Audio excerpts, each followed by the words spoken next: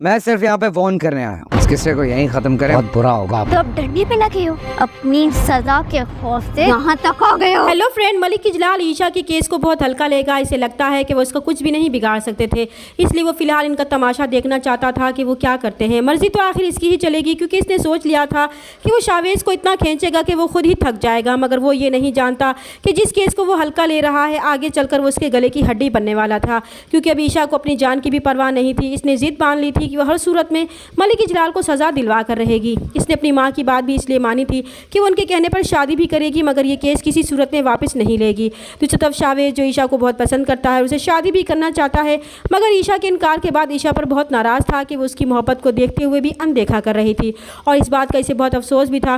वो ये भी जानता है कि ईशा भी इसे पसंद करती है, मगर फिर वो इनकार क्यों कर रही थी, ये बात इसे सबसे ज़्यादा परेशान कर रही थी। ईशा के इनकार के बावजूद वो इसका साथ नहीं छोड़ेगा और इस केस की पैरवी जारी रखेगा, मगर वो ईशा से नाराज़ ही रहेगा। ईशा, जिसने शावेज का हमेशा नरम रवैया देखा था, वो भी इसकी नाराज़गी समझ रही थी, मगर वो शावेज से सिर्फ इसलिए शादी नहीं करना चाहती थी कि मलिक इजलाल इसे भी उमेर की तरह मार न दे। इसलिए वो शावेज को इस केस की पैरवी करने से भी रोकेगी, मगर शावेज इसकी बात नहीं मानेगा कि अब ये केस इसकी भी जिद बन चुका है, क्योंकि वो इससे मोहब्बत करता है। वो इसे अपनी जान से भी ज़्यादा अजीज़ हो चुकी है और इस नाते से इसका दुश्मन भी अब इसका दुश्मन बन चुका है। इस तरह जब ईशा शावेज की मोहब्बत देखेगी तो वो भी हार मान जाएगी और इस रिश्ते के लिए राज़ी हो जाएगी, और फिर इस तरह इन दोनों का रिश्ता तय हो जाएगा।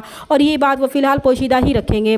पहली पेशी पर तो मलिक इजलाल नहीं आया था, मगर जब तीसरी बार मलिक इजलाल को नोटिस मौसूल होगा तो अब इसे गुस्सा आएगा और अपने गुंडों के साथ ईशा के घर जाकर ईशा और इसकी माँ को धमकी देगा कि वो इस किस्से को यहीं ख़त्म कर दें और केस वापस ले लें, तो इनके लिए बेहतर होगा। अगर उन्होंने ये केस वापस ना लिया तो इनके साथ बहुत बुरी तरह पेश आएगा। मगर ईशा मलिक इजलाल से डरने वाली नहीं थी। वो भी बेवकूफ़ी से मलिक इजलाल के सामने डट कर खड़ी हो जाएगी कि इससे ज़्यादा बुरा अब इसके साथ होगा, क्योंकि ईशा ने मलिक इजलाल की आंखों में डर देख लिया था कि इतना ताकतवर होने के बावजूद भी वो इनके दरवाजे पर सिर्फ इसलिए आया कि इसे अपनी हार नजर आने लगी थी। इसलिए वो मलिक इजलाल को भी यही कहेगी कि वो अपनी हार और सज़ा के खौफ से डर गया था, इसलिए वो यहाँ तक आ गया था। मगर अब वो इससे डरने वाले नहीं है और ये ख्याल तो वो दिल से निकाल ही दे कि वो ये केस वापस लेंगे और मलिक इजलाल बात मनवाए बगैर नाकाम लौट जाएगा। अब इसे ये फिक्र थी कि कहीं इसके बाप को इस केस के बारे में पता न चल जाए, क्योंकि इलेक्शन नज़दीक थे। अगर कहीं ये केस मीडिया में आ गया तो इसके बाप की रेपुटेशन ख़राब हो जाएगी। दूसरा, वो इसको भी नहीं छोड़ेंगे कि इनके मना करने के बावजूद इसने बचपना नहीं छोड़ा था। इन्हें इस बात पर भी बहुत गुस्सा होगा कि इसने अपने साथ अपनी बहन को भी बिगाड़ रखा था, क्योंकि वो भी इस रिश्ते के लिए इनकार कर देगी जो उनकी दोस्त की तरफ से आया था। अब मलिक इजलाल के बुरे दिन शुरू होने वाले थे।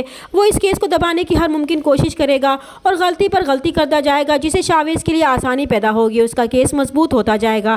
चैनल पर नए हैं तो प्लीज़ चैनल को सब्सक्राइब कर दें। मिलते हैं नेक्स्ट वीडियो में, तब तक के लिए अल्लाह हाफिज़।